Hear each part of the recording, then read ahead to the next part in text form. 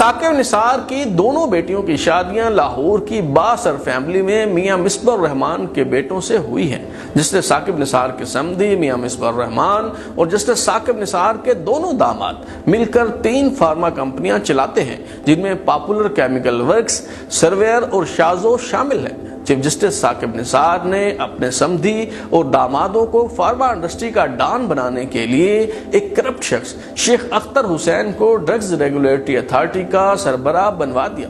شیخ اختر حسین کے خلاف جب نیب نے 2011 میں کرپشن کی شکایت پر کارروائی شروع کی تو اس شخص نے اپنا ڈیتھ سرٹیفکیٹ جمع کروا کے خود کو مردہ ظاہر کر دیا، مگر جسٹس ثاقب نثار کی کرامت سے یہ شخص نہ صرف زندہ ہو گیا بلکہ اسے ڈرگز ریگولیٹری اتھارٹی کا چیف ایگزیکٹو آفیسر لگا دیا گیا۔ بعد ازاں جب اس شخص کو فارغ کیا گیا تو معلوم ہوا کہ اس کی ڈگری بھی جعلی ہے۔ پاکستان میں 19% شہری ہیپاٹائٹس کے مرض میں مبتلا ہیں اور اس کا علاج بہت مہنگا ہے۔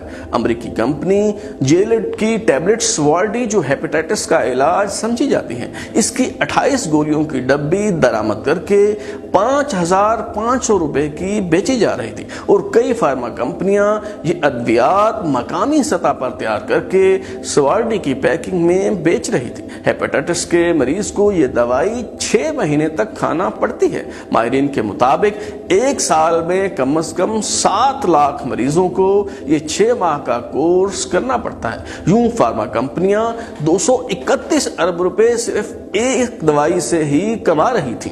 شہریوں کے حقوق کے لیے آواز اٹھانے والے فارماسسٹ ایسوسی ایشن کے عہدیدار نور محمد مہر نے اس استحصال کے خلاف آواز اٹھائی اور چیف جسٹس ثاقب نثار کے فارما کمپنیوں سے گٹھ جوڑ پر بات کی تو اس کے خلاف 250 جھوٹی FIRs درج کروا دی گئی۔ عثمان نامی ایک نوجوان جس کے والد ہیپاٹائٹس کے مریض تھے اور علاج نہ ہونے کے باعث چل بسے، اس نے اپنے والد کی موت پر تہیہ کیا کہ ہیپاٹائٹس کے کسی مریض کو مرنے نہیں دے گا۔ عثمان نے ایورسٹ کے نام سے فارما کمپنی بنائی اور اعلان کیا کہ 28 گولیوں پر مشتمل جو امریکی گولی سوارڈی 5,500 روپے میں بیچی جاتی ہے، وہ 230 روپے میں فروخت کی جائے گی۔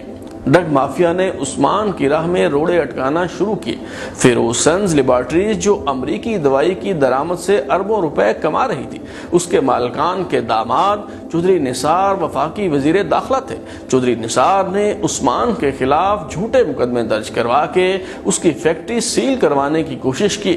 خاصی تگودو کے بعد ڈریپ میں عثمان کی تیار کردہ دوائی کی رجسٹریشن ہوئی، کلینکل ٹرائل بھی ہو گئے، مگر پھر چیف جسٹس ثاقب نثار اپنے سمدھی مصباح الرحمان اور دامادوں کو نوازنے کے لیے میدان میں کود پڑے۔ ہیپاٹائٹس کے مریضوں کو سستی ادویات فراہم کرنے کا خواب دیکھنے والے عثمان پر جعلی اور جنسی ادویات تیار کرنے کا الزام لگا کر سپریم کورٹ طلب کر لیا گیا اور صفائی کا موقع دیے بغیر نہایت سنسنی خیز انداز میں عدالت سے گرفتار کروا دیا گیا۔ ان کی گرفتاری کی اصل کہانی کیا ہے اور ڈرامائی انداز میں گرفتار کر کے دراصل کیا مقاصد حاصل کیے گئے، آئیے خود انہی سے معلوم کرتے ہیں۔ سر آپ پہ جو یہ الزام ہے کہ آپ سیکس ادویات بناتے ہیں، کوئی سیکس ایک عام بندے پہ، غریب بندے پہ جو مرضی الزام لگا دیں، مجھے جواب دینے کا ہی موقع نہیں دیا گیا۔ آرٹیکل 10A کے مطابق جب فیئر ٹرائل نہیں ملے گا۔